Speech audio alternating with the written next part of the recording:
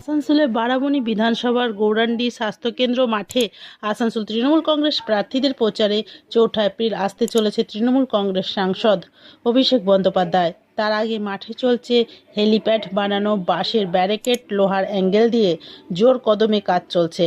বারাবণী তৃণমূল কংগ্রেস সভাপতি অশিস সিং সহ তৃণমূল কংগ্রেসের কর্মীরা ঘটনাস্থলে তাদের তদারকি করছেন।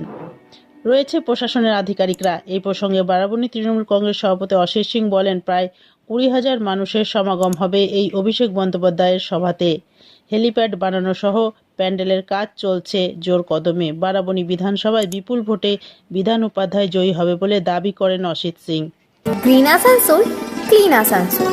গত 4 তারিখ অভিষেক বন্দ্যোপাধ্যায় আসতে চলেছে গৌরাণ্ডীর স্বাস্থ্যকেন্দ্র মাঠে। কীভাবে আপনারা প্রস্তুতি নিচ্ছেন?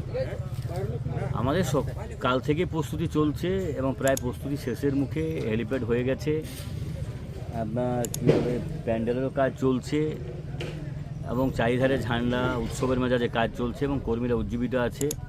আমাদের সর্বভারতীয় সাধারণ সম্পাদক, সাংসদ, যুব সম্প্রদায়ের আইকন অভিষেক বন্দ্যোপাধ্যায় আসছেন সময় ওনার বক্তব্য শোনার জন্য এবং বারাবণী এবং সামলানপুরের সমস্ত মানুষ সেদিনে এখানে এসে উপস্থিত হবেন। কত মানুষের সমাগম হবে? 25,000 আশা করছি। অন্য বছর তুলনায় কি এবছর বেশি হবে? গতবারে যে অভিষেক বন্দ্যোপাধ্যায় এসেছিলেন তার অভিষেক বন্দ্যোপাধ্যায় আমাদের এখানে এসেছিল 2019-এ। সেই সময় অবস্থা খুবই খারাপ ছিল, জানেনও। আমাদের লোকসভা ক্যান্ডিডেট হেরেও ছিল। তারপর উনি এখানে আসেননি। সালানপুরে এসেছিল একটা রোড করতে 24-এ মনে হয়। তারপর এখানে আসছেন উনি। এবারে তো প্রচুর পরিমাণে মানুষ এখানে উপস্থিত হবে। ভোটে কাকে আপনারা প্রতিদ্বন্দ্বী ভাবছেন, আইএসএফ না বিজেপি? এবং এখানে কেউ প্রতিদ্বন্দ্বীতে নেই। এখানে আমাদের প্রতিদ্বন্দ্বী আমরাই চাইবো যে মার্জিনটাকে যাতে বাড়িয়ে নেওয়া যায়। আমাদের মার্জিন বরাবরই 24, 25, 26-এর মধ্যেই ছিল। আমরা চাইবো মার্জিনটা যাতে আরও বাড়ে।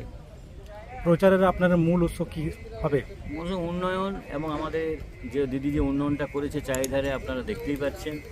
রাস্তাঘাট থেকে শুরু করে সমস্ত রকম জল প্রকল্পের টাকা সেন্ট্রাল গভর্নমেন্ট টোটাল বন্ধ করে দিয়েছে, একটা টাকাও দেয়নি পশ্চিমবঙ্গ সরকারকে।